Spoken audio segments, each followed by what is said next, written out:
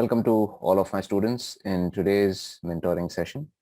और as usual आज का भी जो mentoring session होगा वो मैं वीकली सेक्टोरल एनालिसिस से स्टार्ट करूंगा।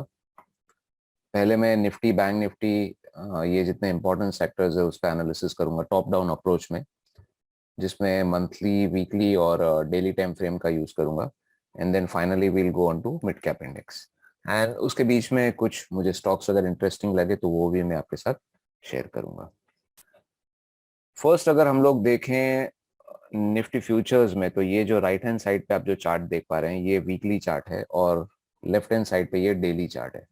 ऑलराइट, तो अगर हम राइट हैंड साइड का जो वीकली चार्ट है इसको अगर हम देखें तो जो ये वाला प्रीवियस वीक का कैंडल है it's sort of high wave candle. और हाई वेव कैंडल जनरली एक ऐसे पॉइंट पे बनना, ऐसे जंक्चर पे बनना जहां की रेजिस्टेंस है, तो इसका मतलब ये होता है कि मार्केट का जो पावर है, मार्केट का मोमेंटम है, वो खत्म होते जा रहा है ऊपर जाने के लिए। And it seems market is overstretched, यानी कि ऊपर जाने की क्षमता मार्केट की कम होते जा रही है। और उसके बाद इमीडिएटली दिस वीक ऑब्वियसली इस वीक में सिर्फ 3 ही ट्रेडिंग सेशन थे, बट हमको ये नहीं भूलना चाहिए कि already the ADR of Infosys is trading around 5-6% down. In case if the international markets also close down, तो maybe हम मंडे को gap down खुल सकते हैं. So already we have a big red candle closing below the low of this high wave candle. और ये एक अच्छा साइन नहीं है आने वाले टाइम के लिए. एंड यस, ट्रेंड अभी भी ऊपर है, no doubt, but there is some sort of weakness at higher levels, इसमें दो राय नहीं है. अगर मैं डेली चार्ट्स पे चेक करूं तो जो ट्रेंड है अभी वो फ्लैट हो चुका है डेली चार्ट में. If we correct maybe 150 to 200 points, then we have a second support. और ये जो सपोर्ट है ये 17,418 से लेके 17,218 या 220, इस ये जो पूरा बैंड है 200 पॉइंट का, ये एक सपोर्ट के अंदर प्राइस आ जाएगा. इसके बाद क्या होता है, once the price test the support, यानी कि एक बार अगर प्राइस सपोर्ट को टेस्ट कर ले, उसके बाद यहां से बाइंग आके मार्केट वापस ऊपर जाके इसके ऊपर ब्रेकआउट देगा या इसके नीचे क्लोज होके इट विल करेक्ट फर्दर, ये शायद हमको टाइम ही बता पाएगा. सो हमको ये वेट एंड वॉच करना पड़ेगा. बट यस, इतना जरूर है कि अगर हम गैप डाउन खुलते हैं मंडे को तो we'll be opening near supports, very strong supports. Alright, Bank Nifty futures relatively Nifty futures के मुकाबले थोड़े से ज्यादा स्ट्रांग है. एंड द रीजन इज यहाँ पे एक हाई वेव कैंडल बना और इमीडिएटली यहाँ पे एक बिग रेड कैंडल बना है. ठीक है, बट बैंक निफ्टी फ्यूचर्स में what we can see is ये जो कैंडल है वो हाई वेव कैंडल है, बड़ा वाला, और उसके बाद में जो कैंडल बना है ये छोटा कैंडल है, तो इसका कुछ ज्यादा इंपॉर्टेंस नहीं है. अगर मैं लेफ्ट हैंड साइड पे यहाँ पे देखूं डेली चार्ट पे, the trend is still up, but हम एक सपोर्ट बैंड के करीब ट्रेड कर रहे हैं. अगर हम इसके नीचे क्लोज करते हैं मंडे या ट्यूसडे को तो मे बी थोड़ा बहुत और सेलिंग प्रेशर आ सकता है, which could drag bank Nifty further towards 36,800 और something like that. Private banking space में अगर आप देखें दोनों कैंडल लगातार, अगर हम बैंक निफ्टी की बात करें तो इसको मैं हाई वेव कैंडल बोलूंगा, बट प्राइवेट बैंकिंग स्पेस में लगातार दो candle we have seen a inverted hammer, यानी कि एक shooting star coming at a point where there is some sort of resistance. इसका मतलब ये हो जाता है कि अच्छा खासा सेलिंग प्रेशर ऊपर के लेवल पे है, और ये एक अच्छा साइन नहीं है मार्केट के. स्पेशली ये जो स्टॉक है HDFC बैंक, इसमें बहुत ज्यादा सेलिंग हमने देखा है. यहाँ पे वीकली चार्ट में हमने देखा है कि एक इन्वर्टेड हैमर है और उसके बाद एक big red candle. Even in daily chart ये जो जोन था ये एक बहुत स्ट्रॉन्ग सपोर्ट जोन था, और इस सपोर्ट जोन को भी ये स्टॉक ने ब्रेक कर दिया है and it is trying to go down. Basically यहां से अगर ये घूम के वापस ऊपर चला जाता है then I think will be saved, but अगर ये सेलिंग कंटिन्यूसली चलती रही then I think it will be very difficult for Bank Nifty to survive, because हमको ये चीज नहीं भूलनी चाहिए कि HDFC बैंक का बहुत बड़ा इंपॉर्टेंस है बैंक निफ्टी में. और एक स्टॉक जो मैं शेयर करना चाहूंगा वो है axis bank. In case if bank Nifty does not go down further, बहुत ज्यादा नीचे नहीं आया, थोड़ा सा नीचे आके रिकवरी उसको मिलने लगी, तो इस स्टॉक पे जरूर ध्यान दीजिएगा, बिकॉज इसमें एक ट्रेंड लाइन ब्रेकआउट आया है एंड कंपैरेटिवली अदर स्टॉक्स के मुकाबले एक्सिस बैंक थोड़ा सा ज्यादा पॉजिटिव लग रहा है मुझे। पीएसयू बैंकिंग स्टॉक्स काफी स्ट्रांग लग रहे हैं in comparison to private banking stocks. हम देख पा रहे हैं कि यहां से मूविंग एवरेजेस के ऊपर क्लोज हुआ प्राइस, उसके बाद ये जो रेजिस्टेंस लेवल है इसके भी ऊपर क्लोज हुआ, और ये जो रेजिस्टेंस लेवल था अभी वही सपोर्ट लेवल बन चुका है, यानी कि यहाँ पे हमने एक हैमर देखा हुआ है। अगर ये ऊपर का जो लेवल है हम वीकली चार्ट पे देख पा रहे हैं, बिकॉज दोनों टाइम फ्रेम पे ट्रेंड ऊपर है, in the daily chart and in the weekly chart. अगर ये जो ऊपर का बैंड है यहाँ पे अगर ये टूट जाता है, price continues to go higher, तो शायद हम एक नया हाई देख सकते हैं आने वाले कुछ हफ्तों में। और जो दोनों स्टॉक्स जो मैंने शेयर किए थे इसके ऊपर मैंने एक अलग से वीडियो भी बनाया था। First one is obviously SBI, और सेकंड जो स्टॉक है वो है Canara bank.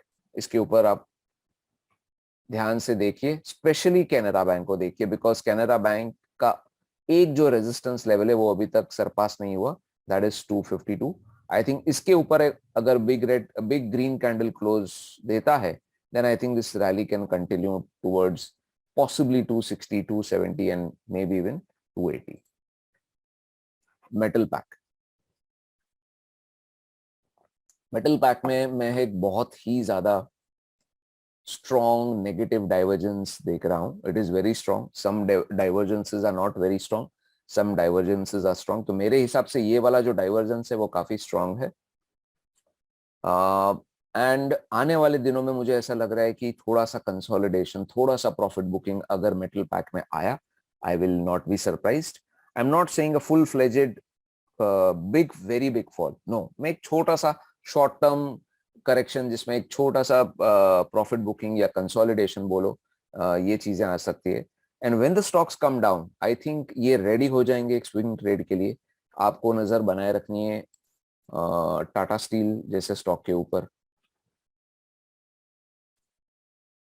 Jindal steel and power के ऊपर भी आप वॉच रख सकते हो, and one more is JSW steel. Auto pack, now auto pack I think last time मैंने बोला था कि काफी इंटरेस्टिंग लग रहा है, और it was also on the verge of a breakout. अगर इस रेजिस्टेंस बैंड का मैं कलर अगर चेंज कर दूं थोड़ा सा, सो अगर आप ठीक से देखोगे तो यहाँ पे जब ग्रीन कैंडल बन रहे थे it was looking really interesting, but suddenly it failed, the breakout did not happen. क्यों? बिकॉज यहाँ पे एक रेजिस्टेंस बैंड था, ये पूरा रेजिस्टेंस बैंड था, और यहाँ पे दो कैंडल्स के जो लोज थे वो प्राइस को ऊपर जाने नहीं दिया। So it means market respected our resistance level very very nicely, और यहाँ से सेलिंग प्रेशर आया है। और वापस अगर आप देखो, it is on the verge of a breakdown, auto pack is on the verge of a breakdown, but again ये जो जोन है पॉसिबली 10,571 से लेके 10,318 या 19, इसके नीचे अगर क्लोज देता है तो ये करेक्शन आगे बढ़ेगा, वरना अदरवाइज ये मेरे लिए एक स्ट्रॉन्ग सपोर्ट देने वाला एक सपोर्ट बैंड है मेरे हिसाब से। So until and unless we do not close below this, यानी कि जब तक हम इसके नीचे क्लोज नहीं देते कुछ भी बोलना मुनासिब नहीं है। So as of now I think it is trading between a resistance band and between a support band. और जब भी कोई भी स्टॉक या कोई भी इंडेक्स रेजिस्टेंस और सपोर्ट बैंड के बीच में ट्रेड करता है, we should avoid taking too much trades. Yes, हो सकता है कि हम कुछ अच्छे ट्रेड्स इसमें मिस कर जाएं, but most of the time in my 15 years 16 years of my trading experience मैंने देखा है, जब दो जोन्स के बीच में एक इंडेक्स ट्रेड होता है, ज्यादातर ट्रेड आप जब जो लेते हो उसमें आपको ज्यादा सक्सेस नहीं मिलता, बिकॉज आप जब शॉर्ट करोगे तो स्टॉक नीचे आके ऊपर चला जाएगा, बाय करोगे तो ऊपर जाके नीचे आ जाएगा, ये एक जोन में ही घूमते रहेगा, there will be not be a very clear direction. So just be careful of that. अगर हम यहां से सपोर्ट लेके वापस ऊपर चले जाते हैं और इसके ऊपर क्लोज देते हैं विद बिग ग्रीन कैंडल, तो हमको देखना चाहिए टाटा मोटर्स के ऊपर। But again there is a very big but in this, जो वीकली ट्रेंड है वो कुछ खास नहीं, इट्स अ फ्लैट ट्रेंड, हमको क्लोज चाहिए रहेगा 473 के ऊपर, और ये होने के लिए अभी काफी टाइम लगे, because the way selling has happened chances बहुत कम है, बट अगर 473 के ऊपर क्लोज दे दिया तो रैली बहुत ज्यादा ऊपर जाएगी। एंड विजिबिस अगर ये 419 के नीचे क्लोज दे देता है ये स्टॉक, तो ये करेक्शन काफी डीप तक भी जा सकता है। तो that is what we need to understand. Finance pack, finance pack अगर हम वीकली चार्ट को देखें तो हमको कुछ ज्यादा इंटरेस्टिंग नहीं दिखेगा, because we have a inverted hammer or you can call it a shooting star, and this is a very big shooting star in terms of size। तो ये बहुत ज्यादा पावरफुल है और यहाँ पे सेलिंग प्रेशर बहुत ही ज्यादा है, ज्यादा नहीं बहुत ही ज्यादा। और ये कैंडल को इतना इंपॉर्टेंस मैं नहीं दूंगा because this is a very small candle. But अगर मैं डेली चार्ट देखूं तो प्राइस ऊपर से नीचे आया हुआ है और प्राइस ट्रेड कर रहा है काफी इंपॉर्टेंट सपोर्ट बैंड के करीब। This is the first support band 17,389 से लेके 17,212, ये फर्स्ट सपोर्ट बैंड है। And second support band is even a bigger one, 17,141 से लेके 16,733। सो ये जो दोनों सपोर्ट बैंड हैं ये बहुत ज्यादा स्ट्रांग है। इन केस हम देखते हैं कि यहाँ से प्राइस घूम के ऊपर जा रही है, then possibly you can look into this particular index and its stocks for swing trades। and for me one of the stock will be Bajaj finance. इस स्टॉक के ऊपर आप ध्यान रखिए बिकॉज वीकली चार्ट में भी अप ट्रेंड में है, डेली चार्ट में भी अप ट्रेंड में। इन केस हमको एक इसमें अच्छा सेटअप मिल जाता है then it will become a very good swing trade. IT pack, IT pack I think ये एक ऐसा सेक्टर था जो जिसने सबसे पहले बॉटम आउट करके ऊपर जाना चालू किया, और अनलकीली इसी के स्टॉक्स, इसी सेक्टर के स्टॉक्स अभी अंडर परफॉर्म कर रहे हैं। और जो ट्रेंड है वो डेली चार्ट में डाउन है और वीकली चार्ट में फ्लैट है। और मेरे हिसाब से ये हम एक इम्पोर्टेंट सपोर्ट पे हैं and this support is 34,123। Hope शायद से अगर हम गैप डाउन खुलते हैं मंडे को because of the Infosys result, then possibly we'll be opening below this particular support, but closing पे कहाँ क्लोज होते हैं ये देखना ज्यादा इंपॉर्टेंट है। सो अगर इसके नीचे हम क्लोज होते हैं, इस सपोर्ट लेवल के नीचे, चांसेस है कि करेक्शन कंटिन्यू कर सकता है आने वाले टाइम में। और इन्फोसिस जो स्टॉक है हमको इसमें ध्यान रखना चाहिए कि इसका जो सेटअप है कुछ खास अच्छा नहीं लग रहा है। If it closes below 1650, I know कि ये बहुत ज्यादा दूर है, बट आने वाले वीक्स में 1650 के नीचे अगर क्लोज देता है then this correction could continue further even down, ये हमको ध्यान रखना चाहिए। और मंथली चार्ट में भी जो इसका सेटअप बना हुआ है it is not at all looking, it's not at all looking good. It's not very very bad, कुछ ज्यादा खराब नहीं है बट ज्यादा अच्छा भी नहीं है, तो हमको थोड़ा सा ध्यान रखना पड़ेगा इस स्टॉक में। फार्मा पैक, फार्मा पैक मेरे हिसाब से it is in an up trend, एक अप ट्रेंड में चल रहा है pharma, but it is certainly sideways consolidation चल रहा है इसमें। डेली चार्ट में आप देख पा रहे हैं छोटी छोटी यहाँ पे कैंडल्स बन रहे हैं। एंड यहाँ पे अगर हम देखें वीकली चार्ट में तो ट्रेंड जो है वो कंप्लीटली फ्लैट है।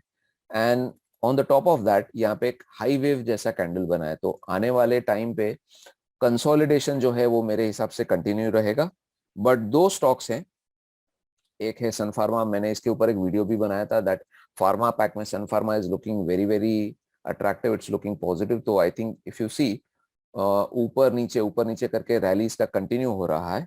और दूसरा जो स्टॉक है Cipla, the reason for that is Cipla एक अप ट्रेंड में है वीकली चार्ट में और डेली चार्ट में। और if you can see properly तो वीकली चार्ट में अगर मैं देखूं इसको, it is near a support. ये देखिए ये जितने भी हाइज हैं वो एग्जैक्टली इसी प्राइस लेवल के ऊपर है, और ये चीज आपको डेली चार्ट में और भी ज्यादा क्लियरली दिखेगी। सो एक बहुत ही स्ट्रॉन्ग सपोर्ट लेवल के करीब है और कंसोलिडेशन चल रहा है। अगर ये कंसोलिडेशन के बाद एक सक्सेसफुल ब्रेकआउट आता है, चांसेस है कि प्राइजेस इसमें ऊपर जाएंगे।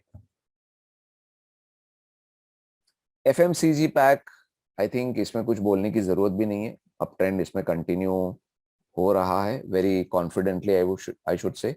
और प्राइजेस जो हैं अभी ओवर स्ट्रेच हो चुके हैं in the daily chart. And I think ITC जो स्टॉक है वो भी काफी ओवर स्ट्रेच्ड है, तो इसमें किसी भी बायर को कोई चांस नहीं है until and unless it doesn't consolidate और करेक्ट। इसमें स्विंग ट्रेड इनिशिएट करने के लिए कोई जगह नहीं बचती है, कोई जगह नहीं बचती है। हाँ, अगर किसी ने ये स्टॉक को खरीदा हुआ है एज अ पोजिशनल ट्रेड तो आप इसमें बने रह सकते हैं just with a trailing stop loss. Realty pack, realty pack, I think there are too many questions. अगेन जैसे मैंने ऑटो पैक के लिए बोला था आज से 2 हफ्ते के पहले कि मैं इसमें ज्यादा कमेंट नहीं करूंगा, तो आज मैं बोलूंगा कि मैं रियलिटी के ऊपर भी इतना कमेंट नहीं करूंगा बिकॉज इसका जो वीकली चार्ट है वो बहुत ज्यादा स्ट्रांग है। यस, यहाँ पे ट्रेंड लाइन ब्रेकआउट नहीं हुआ है but somehow I feel the weekly chart is strong और डेली चार्ट में एक बहुत बड़ा सपोर्ट बैंड है बिकॉज ये सपोर्ट बैंड के बीच में कुछ भी हो सकता है। सो अगर ये जो करेक्शन हमने जो 2 दिन का करेक्शन देखा है वो अगर यहां तक आके कंसोलिडेशन होके अगर ऊपर चला जाता है then that is not a problem. If it continues to go lower then I think हमको रियलिटी पैक से थोड़ा दूर रहना चाहिए। But what will happen in this particular pack as of now मैं इसके ऊपर कुछ भी कमेंट नहीं करना चाहूंगा। ओके, कंजम्पशन पैक करंटली ये सबसे ज्यादा स्ट्रॉन्ग दिखने वाला सेक्टर है just like the bank Nifty. और इसमें अगर आप देखोगे तो आपको ट्रेंड लाइन ब्रेकआउट दिख रहा है in the weekly chart. This is the reason why it is looking very strong. Plus in last 4 to 5 candles अगर आप देखें यहाँ जो लो बना हुआ है यहाँ से तो फर्स्ट सेकंड थर्ड और फोर्थ तो 6 कैंडल्स में से 4 कैंडल्स तो बिग ग्रीन कैंडल है, तो it shows the amount of bullishness in this particular sector. अगर यहाँ पे कोई कंसोलिडेशन होता है या छोटा सा करेक्शन होता है देन आई थिंक आपको कंजम्पशन के स्टॉक्स ढूंढने चाहिए फॉर स्विंग ट्रेड्स। मैंने एक स्टॉक शेयर किया था आप सबके साथ which was Titan, but unfortunately what happened यहाँ से ऊपर बाइंग आया ही नहीं। अभी भी मैं बोलूंगा इसके ऊपर आप नजर बनाए रखिए बिकॉज यहाँ पे जो कैंडल बना है हाई वेव कैंडल और I think this candle would have been made at an important support. तो अगर यहाँ से एक बाइंग आता है and if the stock closes above 2580 और समथिंग तो इसमें एक अच्छा खासा मूव ऊपर की तरफ आ सकता है। मिड कैप इंडेक्स हम लोग क्लियरली देख पा रहे हैं कि एक रेजिस्टेंस पे है और we do have a negative divergence. यहाँ पे एक छोटा सा नेगेटिव डाइवर्जेंस हम लोग देख पा रहे हैं। ऑल्दो ये नेगेटिव डाइवर्जेंस ज्यादा स्ट्रॉन्ग नहीं है बट आने वाले दिनों में कंसोलिडेशन या थोड़ा बहुत प्रॉफिट बुकिंग इसमें दिख सकता है। And do not forget mid cap index में जो परसेंटेज ऑफ मूवमेंट होता है वो लार्ज कैप से के हिसाब से ज्यादा होता है। So if you are holding any stocks on the long side please trail your stop losses, अपने स्टॉप लॉसेस ट्रेल करते रहिए बिकॉज स्टॉक्स छोटे होते हैं तो उसमें वोलेटिलिटी ज्यादा होती है। Alright, so I hope this video has helped all of you. Trade wisely.